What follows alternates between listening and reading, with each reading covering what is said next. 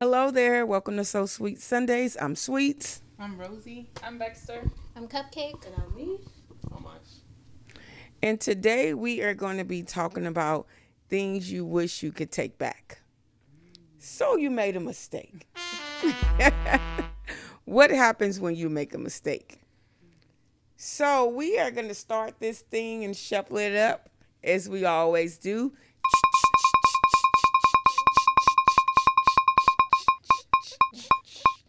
And we're going to start with ice.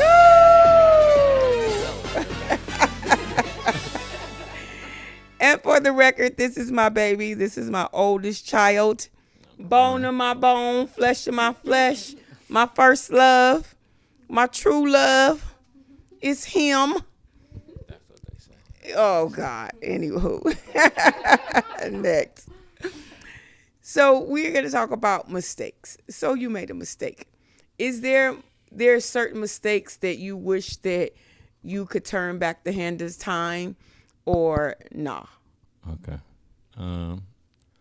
I would say the first one is not finishing school. When I was a kid, it took me to go away to finish school, and I got it done, but it still didn't hit the same. So I would say that's probably one of the biggest mistakes I feel I made. This is a mistake and not a mistake in the biggest way because I'm the oldest, so I had some trials to go through. I went away for a long period of my time, and I feel like it was a mistake, but at the same time it wasn't because it helped me to grow. I feel like if I didn't go through that, I probably wouldn't have grew the way that I was supposed to. I was going left, real left, and my path was right. So now that I have a different, I wouldn't say I could take back what I went through, but now that I have an experience to do something different, I'm definitely taking that chance to do that. So do you wish that you can turn back the hands of time on that last one? Kind of, sort of, but not Sort really. of, because it took me away from my family. It took me away from moments that I'll never get back. So in that aspect, yes, but as far as my growth, no. Okay. And so was it necessary? Yeah. It was Even necessary. though I hated it, it was very necessary. I was doing a lot that I shouldn't have been doing. So it was either that or a box. So it was cool. I mean, it wasn't cool, but I accepted it. Okay. Did it take you a while to accept it? Yeah, it took me a couple of years to accept it. Yeah. Why? Maybe because I just didn't want to go through it. Maybe because I know I'm very family oriented. My family means a lot to me, so being away from them, it really hurt me.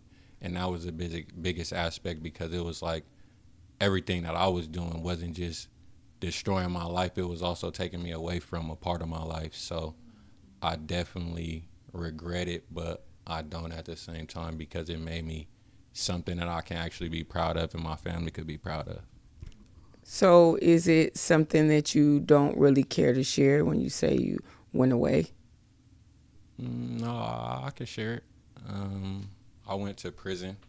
Okay. That's all that we need to, the Well, I people mean, need to know before that, I right went now. to jail. So you know, I've been away for, I would want to say, close to 10 years. Yeah. But like I said, it was necessary because if it wasn't, who's to say where I would be if I would even be here right now? I'm 31, so. So 31 coming soon. did you have any signs, any warnings, any foretells to say, let's not do that, babe? Yeah, I got a lot of warnings from And- you. A lot of late night talks, a lot of you having dreams and prophesying to me. I would listen for a short period, but just to get over that hump of what you telling me is what's going to happen, but it didn't really register to me, I would say, because there was still things I felt I wanted to do or needed to do. I don't know why, but I guess I got so deep in it, I felt like there was more. to experience in there. So how was it growing up when you talk about the prophetic over my life? How was it growing up with the mom that God used? I ain't gonna lie, I hated it. For Wow. so long, I had to I didn't have no life. Like it's you going to church on Wednesdays, Fridays, Sundays, revivals, Bible classes, and it was like, man, can I go and kick it with my friends? And I am your took, friend. yeah, you my biggest friend, but I want to go do hood rat things with my friends. You know? And I was like, so I mean, I hated it because as a kid, all my friends going to parties, and it's Friday night. Everybody like, what you doing? We finna get ready for this party, and I'm like, man, I gotta go to church. What y'all doing afterwards? Because I know after church I'm outside, but it wasn't the same. But I can honestly say it taught me a lot because it's a lot of life lessons that you do need that you get out of the church. Mm-hmm. And I can say that I got a lot of life lessons from different aspects of my life. So was there anything that you apply from those things that you learned from growing up in church that you can apply today? Yeah, I think a lot of it, the thing that I use the most is my faith. If I stand on something, I stand on it no matter what it is. If it's religious or if it's me telling somebody I'm going to do something or me being what I consider is real to somebody, I use that. I stand on that. So that's kind of a principle that I learned in the church house. If you say something, stand on it, whether it's religious wise, whether it's a friendship wise, stand on what you say. So your word is bond, and your name is more precious than silver and gold. Yeah. So what is one of those things of those many talks that we have that you want to share or can share that I would say don't do that and you do it anyway, and then what was the results? So the biggest memory that I have from you telling me something was I want to say about 17. Mm-hmm. And you told me the things that I'm doing, I wouldn't live to see 19. So it scared me, and it's like, dang, what am I doing? Because I'm in the streets, but I don't feel I'm in the streets as hard as I really am. Yeah, it became right. normal to me. So it was like, well, what am I doing outside of what I've been doing? So I guess I played it cool for a cool amount of years. As soon as I hit 19 and I was still breathing, I was like, oh, she tripping. I don't know what she talking about. So that's one of the things that really, like, what's to come? What do you know that I don't know? That's always the main thing that stuck out to me the most. That one story that one time we talked about. But can we talk about, you was doing a whole bunch of hood rat things in the street. So it wasn't like, what am I doing? Boy, stop. Yeah, but the thing about that is that, remember, that man came to the church and said the same thing that I said, and you had knocked off a lot of things and then laid low. Yeah. Do you remember that? Yeah. That's somebody we had never seen before had came to our church and had said to him the exact same thing that I had told him many months ago, because it just intensifies with you. Because you and I and your brothers are extremists. It's either this or that. Yeah. It's no middle. It's black or white, pink or white, purple or green. Or not in at all. Exactly. All to the wall, you know? And so you turned it up a notch. When I say turn it down, you turned it up a notch. And then he came to the church and said the exact same thing that the Lord had gave me many a months ago, to the T. To where it was like, oh, snap. This man don't even know me. And he said the same thing my mom said. Yeah. And then it was like, oh, snap. And you laid low for a long time. He laid low and he made it through because he knocked off some of them hood rat things. Yeah. And so it was more of, if you don't knock it off, you won't make it. That's what the word was for you. Knock it off, son, because the things that you are into right now, you need not be into. And if you keep going down this road and do not change and turn from your wicked ways, then you will be buried before the age of 19. And then the man came several months later because you was like, oh, she on that Jesus stuff again. Yeah. And he told you the very same thing. It was like verbatim what the Lord gave me. And so I appreciate him, whoever he was, to even come, because he just wasn't hearing me, because he's like, she a Jesus freak and she do too much. And, you know, she radical in it and I'm radical in sin. And so how's going to kick it, you know? And so you knocked it off and you made it through, because you was going in deep. You was going in deep while you trying to downplay. Yeah. With your hat to the back. you trying to downplay it, but let's call that thing a thing here. We ain't gonna tell everything. Yeah, we ain't gonna tell everything, but we gonna tell it what it is and not seem like I was just on some old crazy crusade. Knock that off, son. You see what I'm saying? One extreme. he crazy. Yeah. Just crazy. So do you feel that a lot of times that you had warning, that you utilized that, or you said, she tripping? I'm not gonna lie. I think having the family I had behind me kind of made it a little worse, because I felt like I could do whatever, and I know I got my family praying in the background, so I'm gonna be all right somehow, some way. And so that I ain't gonna say it made me go a little bit harder in the streets, but I think that kind of like played in my head, like, all right, I got this support behind me to know I'm gonna be okay. Yeah, it's crazy, but I was kind of moving to where like I was untouchable. Yeah, and I don't know how it happened. It just was something I just thought was okay. Yeah, until they had to snatch you by the collar. Yeah, that was not cool. You said that wasn't what you doing wasn't cool. I mean, they have the man. I mean, yeah. What you was doing wasn't cool. So as you can see, I need to stay on my knees because I got this one in the background. I mean, I'm better than I used to be, but okay, you know, I still got my ways. And so, in saying in your ways, do you ever plan on changing any of your ways? Depend on what ways are you talking about. Because I got a lot of different routes, so you gotta tell me which one you trying to GPS me on. I don't know what route I'm gonna take. What you talking about? So. Okay, we gonna put a pin in that because he a whole mess right now. Slide that thing to Cupcake. So you made a mistake. So let's talk about a mistake that you can share right now, and that you can say, was it necessary or no? I made quite a few mistakes. Okay, but we don't have it to next week's episode. Know. It's just today. Ooh. I think one of my biggest mistakes was trying to take control.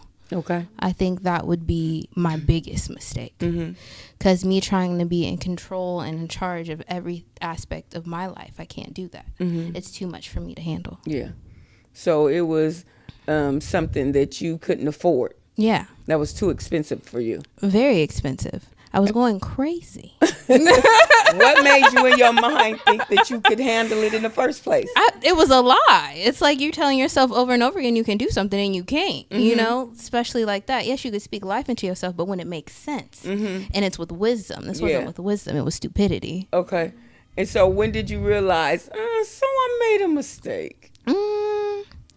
When I got cussed out with no cuss words. Oh. Who cussed you? You, Mom. You, Mom.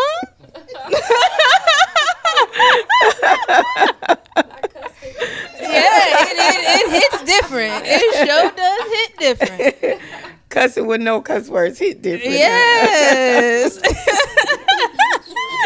So sure did you then look inward? Oh, absolutely. You have to make that shift. When you know you can take accountability, there has to be a switch off. You You have to be like, now you have somebody telling you about your situation that needs to switch.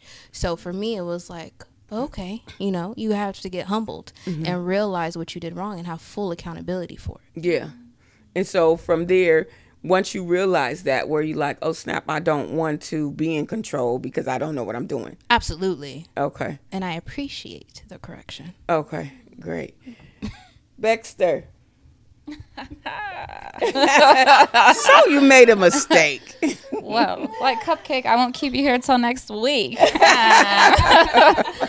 But I was just thinking too, like, I would say not control, but I was thinking of made the mistake of staying in anger for so long, or even being offended for so long. Yeah. Like that thing. I just remember, like, I can look back, which we don't sit and reminisce anymore. Like, I can't do that. I can't stay there. Right. But even as you were talking, I was like, I can think of all the times that I just have overreacted about so many things. Right. And even up until literally a month ago, when I called you crying over something so stupid, that the Lord was like, girl, sit down, shut up, and just listen and trust me. Because you tripping. And like you said, control, basically. Like it can come down to that, or it can come down to, I guess wanting to be in control of your feelings when you don't have the control. Yeah. So I think, like, it really comes down to that kind of in a way. And is being like, I can rule my own life, or I can, and also like living in my feelings, which aren't facts, aren't factual, that don't lead our life, and we act like it does. And that's really, I think that's the biggest mistake that I made. And although I can look back, it's like, I don't regret it, though, like, but if I could turn back the hands of time, if I knew better, if I, then I definitely would move differently. Because it's like, when you're like that, it's like you think, or at least for me, I was like, dang, like everyone cares, or must be like the offense thing. It's like you think everyone's worried about you, or somehow they're looking at you funny, or just all these crazy things, or all of a sudden everything that they're doing has to do with you in some way, or even not even in like a full of myself, but it's like, because I'm insecure, really, or just different things like that. And I'm like, that's not a place to live. Yeah. And so I think really it would be like offense, anger for sure, because it would be offense then anger, be like besties. But like best friends. Right. Like I'm offended and then I'm angry. Right. Then I'm offended. Right. And then I'm angry. But like dang, and then I'm sick of me, like we said. I am sick of me. I'm sick and tired of you. It's me. In the mirror, like me versus me, literally. That's crazy. It's literally like that's really what it is, because like we said, how the devil, like we were talking about it, like how the devil doesn't even care about you. Like he wants you to be sick of you and turn it against you. Like he's not even the one that's against you. He's against, like you said, your calling. So for me, that was it for sure. So do you feel it was necessary to understand that mistake and where you were at and where you were living in? Yes, because it really affected, like, which I see why, and like now I can see why I had to go through that, and why it affected certain things, or like relationships, especially with friends, because I could even like look back and I would even feel those things, probably because obviously I had spirits that I didn't know I was dealing with. And I was like, like, why do I feel this way? But I'm just so mad and angry, like I don't even, that's just it. Like, and I'm just but even at that time, or I guess looking back, I can say like, dang, like it was definitely essential for me to understand that now, because now I know how to move, and it's like correction is so much better, and you learn how to move. But I think it was essential and it was necessary, because those friendships and those things that I had at that time weren't God's will. Because this is God's will here. So it's like that was okay for a time, because I had to go through that. So now as you have poured into me, or y'all, I could learn from y'all the correction, and like how to actually just move in the spirit, and move as a woman of God, and to get rid of those things, those feelings, those spirits. Then I think like I can also talk to someone who has dealt with that too, or just even if it's a friend or whoever it is, So are you now able to say you learned and took something from that? Oh yeah, definitely. It changed my life. Okay. For sure. Wait, you mean like being like in the past, or like learning that? Yeah, you learned. Oh yeah. And it was necessary. Yeah. And so what did you learn from that? I learned like, well, in this walk especially, it's like I learned how to take heed. I feel like I learned how to like I said, that your emotions don't rule who you are. They can't rule who you are. Yeah. Like even Rosie, like we were talking about, even, or like your thoughts in your mind can't rule who you are. Yeah. And how you can't like let those thoughts come into you and attack you, even just one little thought, because, and then in an instance you have a million thoughts that are just then you're cast out all the way at sea, and you're like, how did I get here? Like so it was definitely like, it changed my life, being able to like really, basically it's really when you become saved or in this walk, when you when you reveal it, and then you're able to step back and you can look at the whole situation. Like we say, you're not looking at the peripheral, or you're not looking like at the big picture, like that's what you were saying a few months ago. The big picture is so important, because this tiny minute, this tiny moment is just a moment in time, and it doesn't compare, like we say, it doesn't compare to the joy or the bigger plans that are coming. So I think it was the biggest transformation for me. Okay, pass it back to Cupcake. What did you learn from your experience? What did you take away from that you can't be in control? To sit back and to learn God's in control and listen to what he's saying to you, so you can move correctly and in his way, in his right way, because your way is the wrong way. Okay, pass that back to Ice. So just putting it out there, he's not saved, but if y'all see him on the streets and you say, hey man, to God, calling those things that are not as if they are, and he's making a face. Don't answer this. Bear with me, Pray for me. You must have seen me on the podcast. Can you answer to me, why don't you want to get saved at this stage? What hindered you? Is it something that I did that hinder you? I wouldn't say it's nothing you've done. I would say it's my own experiences and how I am. Okay. I feel there's a lot of things in my life that I'm not ready to let go of. And those things aren't going to mix well with a saved life. Yeah. So instead of half-stepping something, I might as well not even get into the water. Okay. And so what does saved look like to you? What do you know saved to be like? Ooh. I don't know how to even explain it, honestly. The shortest way I can explain it is it's a different walk of life. I mean, it's not, man, I don't know, because there's so many different forms that you see and you be like, is that what it is? But sometimes it's not. So I really don't know how to answer that one. That's a tough question. Why is it? Because you're saying that it don't mix well, so you should be able to explain to me what it mixed well with then. Like, what does that even look like? What does that mean to you? For example, one of the things that don't mix well that I do is I smoke. So me knowing being saved, that's a no-go, and I do that daily. So, I mean, a lot of the things in my life I would say I would have to cut out. Okay. Because it's not of God. So, I mean, another easy way I could say save look like is the total opposite of me.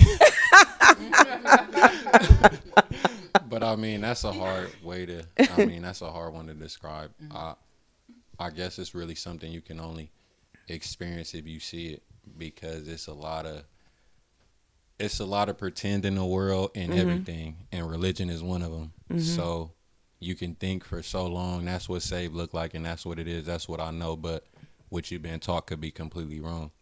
So I guess the best thing you can do is just let God use you in the aspect that he wants to use you in, because what looks wrong or right to me might not be wrong or right to you.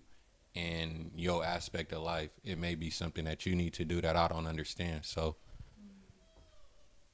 I mean, I guess that don't answer the question, but that's my answer.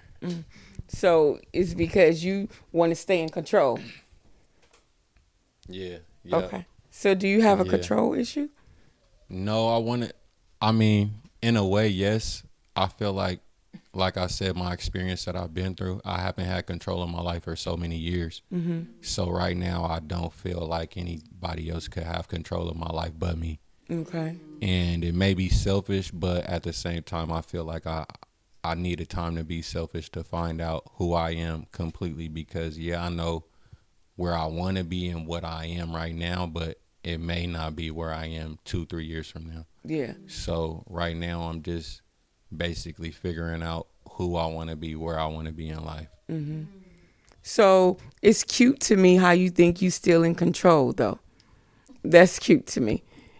And I'm going to let you have that. No, but I it's mean, cute I know that you I'm think not, but in my mind, there's so much that I feel like I'm in control of. I know it's stuff behind the scenes that I know I definitely can't control, but Yeah. in my mind, there's things that I feel like I have the power to which way it goes, whether it's left or right. But I know I don't have the power in every aspect of my life. But it just feels better to me to know that I can make a decision for myself depending on what the situation is. So do you think a choice in the decision could save your life, and that a choice in the decision is big? You remember I used to always tell y'all that when you were younger. Do you believe that to be true? What? That a choice or a decision can save your life, and the choice and a decision really matters. And it Yeah. can affect other people as well. Oh, yeah, definitely. Yeah. When did you start believing that? Because before, I've always been a liar in y'all eyes. Like, she a Jesus freaking the lies she tells.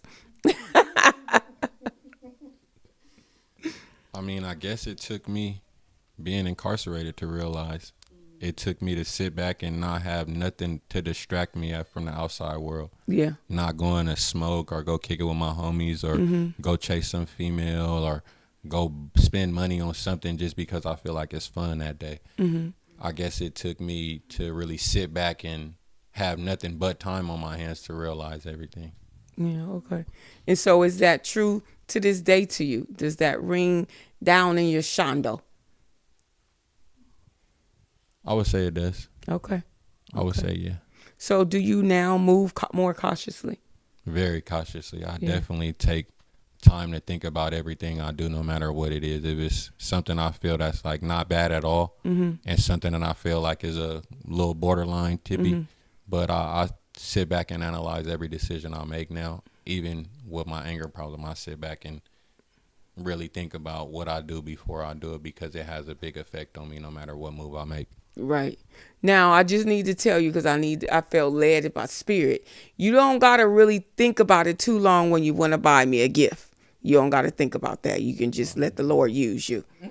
You just let the Lord Well, use when you. he used me, I definitely will let him use me to buy your gift.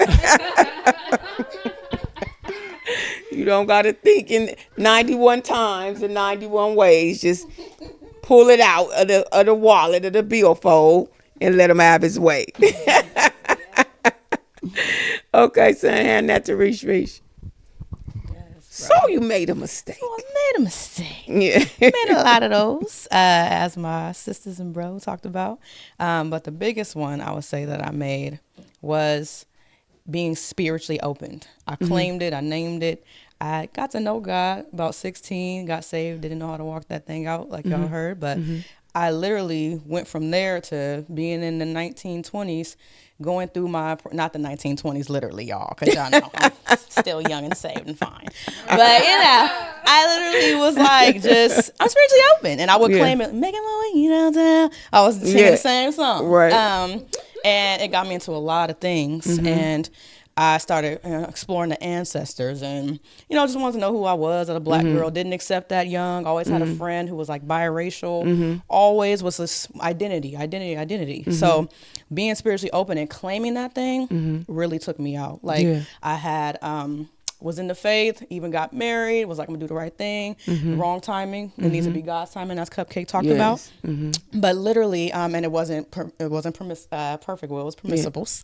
And it was just being spiritually open. I literally opened myself to everything spiritually. So it's like, oh, you a believer, you have Jesus, you have all these things. But it's like, okay, I'm trying to reason. I'm trying to be in control. Like everybody talked about. I want to be open to what my path is my way. I have free will. It was like I took the free will, like, oh, Jesus gave free will, bet. And then started exploring a whole bunch of things that opened me up to a lot of spiritual realms that I was stuck in, that I connected with other people with, that I end up dating somebody and getting deeper in that thing with every single time. Even if it was a different person, it was still a familiar spirit that I introduced myself to. Just conversation, just wanted to help them, discover for themselves as well. It wasn't even romantic or romantical as I called it, but then it would turn into that. Then I'm in a stronghold on top of stronghold because I already had my own. So it was just being spiritually open and wanting to, no problem with getting to know where we came from and, what tribe you may have been from and Africa and all these things. But I didn't realize how rooted I got in that world, in that life of wanting to be in control and know who God was for myself, but my God that I basically was recreating. I was trying to revise Jesus and add some sprinkles to salvation when it didn't even need no help. Right. Then I ended up going into my really big mistake was trying to be God for everybody. Yeah. Because I ultimately wanted to be my own God. It was like I didn't know that at the time, and that's what I was getting talked into from the enemy, which was Satan. But it was like, oh no, you got free will. Jesus said you go ahead, Eve Misha. Right. Go ahead. Sorry, y'all know. Y'all know when it get deep, I gotta. But no, literally, I was deep in that thing. I was getting contacted, all kind of things. So we ain't got all day. But I literally was like, oh, I'm in far deep. I didn't put money on that thing. It says where your money is, where your heart is at. I didn't got into this thing. And now how do I get out? So you were tithing to that. I was tithing to that. Yeah. I had went from tithing to Jesus to tithing to that. Yeah. Wonder why my money was all messed up. Right. Wonder why I was in so much impoverished times. Yeah. Why I was homeless again. Right. Why I just kept attracting people who would just indoctrinate me even more. Yeah. With the freedom of being a black woman. Yeah. No, I was still in bondage. I was like, oh, I'm not a slave because I ain't gonna do this and that and that. And I probably wasn't a slave. I don't know if it was this. That was not glorifying nothing but my flesh, but how I wanted to live and what I wanted to do, and ultimately be in control. Yeah. So that was my biggest mistake, and it just walked me right into being